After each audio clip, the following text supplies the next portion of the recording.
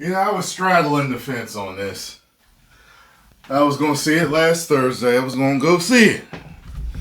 Then something got in my way and I was going to see it Friday.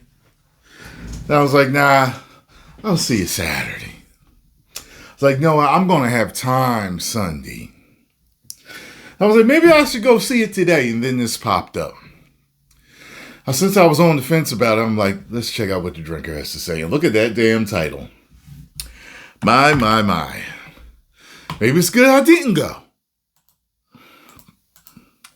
August. That wonderful time of year when the carefree days of summer are coming to an end. The kids are getting ready to go back to school, and movie studios shart out the last dregs of their wannabe summer blockbusters that didn't quite make the cuts. Case in point, The End of Oak Street, a weird little sci-fi adventure movie about dinosaurs in 1980s suburbia, produced by a man who hasn't overseen a big budget release in 7 years, and that one was Rise of Skywalker, and directed by a man who hasn't made a movie of any kind in 8 years. It's the kind of premise that feels like it emerged from an extremely quick and low-effort brainstorming session at 4:55 on a Friday afternoon before everyone headed out to the pub to drink themselves into oblivion. Hey, what if we had a movie about a 1980s family who have to work together to survive when dinosaurs invade their neighbourhoods? People still like the 1980s, right? And they like dinosaurs Perfect stock as well, footage. because those Jurassic World movies are making bank, man. I like your thinking, but we need a hook for this one. What can we do to add some drama to it? Well, let's say the parents' marriage is on the rocks because the wife's having an affair. No, we can't do that. That's sexist. Okay, the husband's a useless loser who can't support them anymore. Perfect. And the wife wants to leave because she's way smarter than him and he's just holding her back. Perfect. Love it. But tell me, how did the dinosaurs even get there? I don't know, wormholes or something? Fuck it, good enough. Oh look, it's 5 p.m. Let's go, lads. First round's on me. The End of Oak Street is the kind of goofy, mash some toys together premise I'd have expected to see on the Sci-Fi Channel back in the mid-2000s, probably That's what it starring looked Michael like. Shanks or Nathan Fillion, only now it's been blown up into a $100 million summer blockbuster, sort of, with an A-list cast attached to it. I mean, how the fuck did they get Anne Hathaway for this? Yeah. Whatever. The plot, such As as I it was is, thinking revolves that, too. around Denise Platt, a 1980s housewife who lives with her husband Greg and their 2 kids in what looks like an idyllic suburban neighbourhood. But all is not what it seems. The marriage is on the rocks because Greg's constantly absent and Denise is thinking about leaving him. She even pours out her frustrations into a novel about a woman desperate to escape her husband and make a new life for herself. And it's fantastic. I know this because her elderly female neighbour, who used to quietly improve her own husband's shitty books without him ever thanking her, tells me that it's fantastic. Are you getting the film's subtle message yet, dear viewer? Anyway, before Denise can become the girl boss she was always meant to be, a big white light engulfs the whole neighbourhood and suddenly there's dinosaurs roaming around eating people. Oh dear. So Denise grabs the family and tries to drive Change away the channel. discover it's not dinosaurs that have been transported to Oak Street, it's Oak Street that's been transported back to the dinosaurs. Oh shit, mother... So from then on, the film's a kind of race against time survival story as the family struggle to pull together and hold off the dinosaurs while figuring out how to get home. I mean, I say family, but really... This just makes me think of offhand. So this lady came up with this little theory of hers, and I thought it was very interesting. So she was talking about how she used a chicken as a model. Like a chicken that she bought at the store, ready to cook. You know what I mean?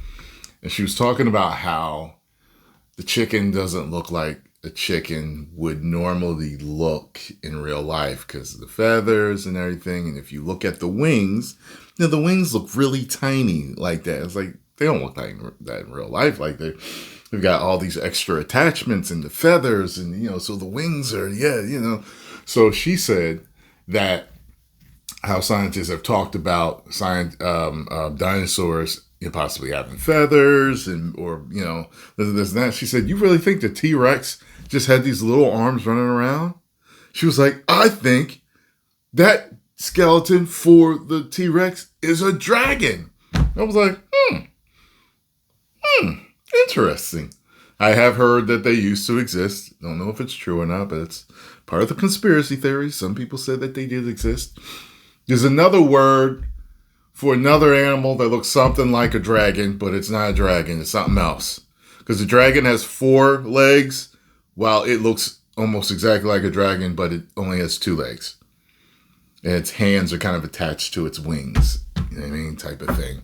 So, yeah, I just thought that was very interesting. Once I saw this, I discuss everything with you guys. Well, not everything, but a lot of stuff, so.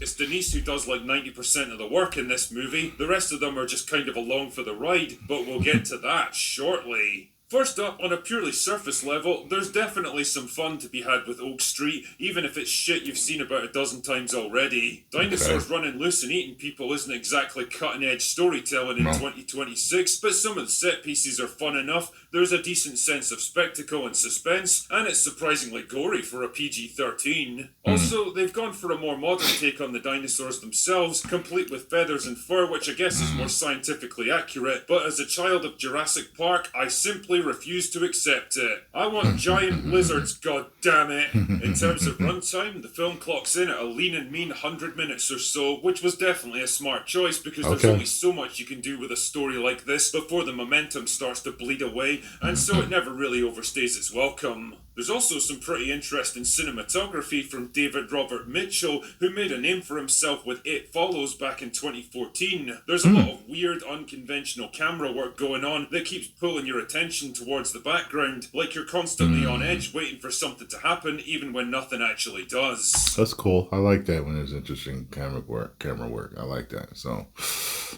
that helps keep you interested in the mind, awake and alert and stimulated, It's a strange choice for what's basically a goofy Twilight Zone episode done on a big budget, and I can't shake the feeling that the director's a lot better and more creative than the movie he's been forced to make here. Now, that's the superficial stuff about Oak Street. The more interesting conversation, if you can even call it that, is the film's subtext around a struggling marriage and the breakup of a family. And this is where the film's probably going to lose a lot of potential fans because, well, how best to put it? You know those tediously predictable TV commercials where the husband will be trying to do some basic household task while the kids watch with vague amusement, but he's so inept and clueless that of course he fails miserably, and it's left to his far more capable and practical wife to sort it out for him? Well, that's basically the dynamic of Oak Street right there. Greg is the kind of passive, affable, vaguely submissive idea of masculinity that came straight out of early 2020s Hollywood, and definitely would not have existed in the early 1980s. He's relentlessly optimistic, completely lacks any sense of agency or assertiveness, and his only solution is to just hope that everything works out okay. Great plan. Thank you. With her husband basically useless, it's left to Denise to find a way out. She's very much the leader of the family, taking charge of seeing her crisis shooting and right. actively fighting to protect them all. It's a story about the shifting power dynamics of a marriage, with one side in decline after losing his job but still trying to hold on to his former prestige as the breadwinner, too proud to admit that he's no longer the respected patriarch, and the other side, underappreciated and held back by society and convention, but very much in the ascendancy as their natural talents and potential assert themselves. It's the kind of tritely predictable pattern that's repeated throughout most of the characters in this movie. The women are generally portrayed as smart, competent, practical, brave and level-headed, making most of the important decisions, taking the initiative and putting together major clues about what's happening, while the men are passive, submissive, incompetent failures who contribute almost nothing and usually end up... I would have definitely noticed that if I went to see the movie. It would have taken me out of it, you know what I mean? Depending on how many times they actually put it in your face, the amount of eye rolls, and you know what I mean? It's like, getting killed for their own stupidity. Would it be 5? Would it be 6? The family's How many teenage eye daughter rolls? just so happens to be an expert in astrophysics, huh? Who could have predicted this? It's as dated as it is alienating. It feels more like a product of the 2010s when Hollywood was high on its own farts and convinced... Where's that from? That guy. that this stuff was the future of cinema. Looks like a British show. How's that working out for you? Well, it wasn't back then and it still isn't today, and if Oak Street's box office is anything to go by, it's not likely to return anytime soon. Thank fuck. Anyway, that's all I've got for today. Go away now. It's one of those things, how I told you before, how, a trailer can, I think most trailers do their job, okay? Let me state that fact. Most trailers tell you whether a movie's going to be good or bad, and they're accurate at it. Not all, but most. So it made me feel it was going to be mid. That's what it made me feel like. I could get home from this, and tell you it's mid. It might actually be bad. This takes the wind out of my sails even more to even want to try to see it.